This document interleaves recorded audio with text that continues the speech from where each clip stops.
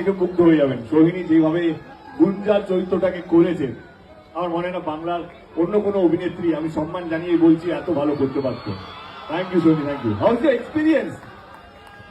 আজকে অ্যাকচুয়ালি আমাদের বেঙ্গল ট্যুরের শেষ দিন। হ্যাঁ, মানে আমরা মধ্যমগ্রামে শেষ করলাম, আর এরপরে বেঙ্গল ট্যুর রঘু ডাকাতের জন্য হবে না। হয়তো অন্য কোনো ছবি যদি রঘু ডাকাত ব্লকবাস্টার হয়, তাহলে আমরা সাহস করে আরো 2 গুণ বেশি একটা বড় ছবি বানাবো, তারপর আবার একটা বেঙ্গল ট্যুর নিয়ে বেরোবো।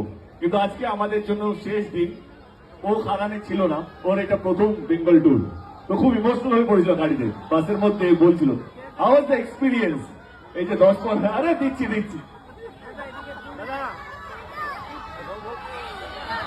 বন্ধুরা, সবই খুব সুন্দর ছিল, বুঝলে তো?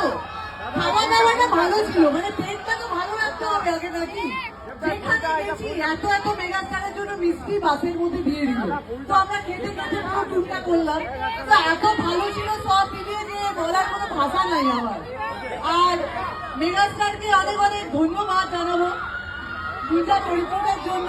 বাকিটা তোমরা ছবিটা দেখলে বুঝতে পারবে যে কত ভালোবাসা আছে আর কত শত্রুতা আছে, কি আছে, সব তো পরের কথা। আগে তো রঘুনাটা দেখতে হবে।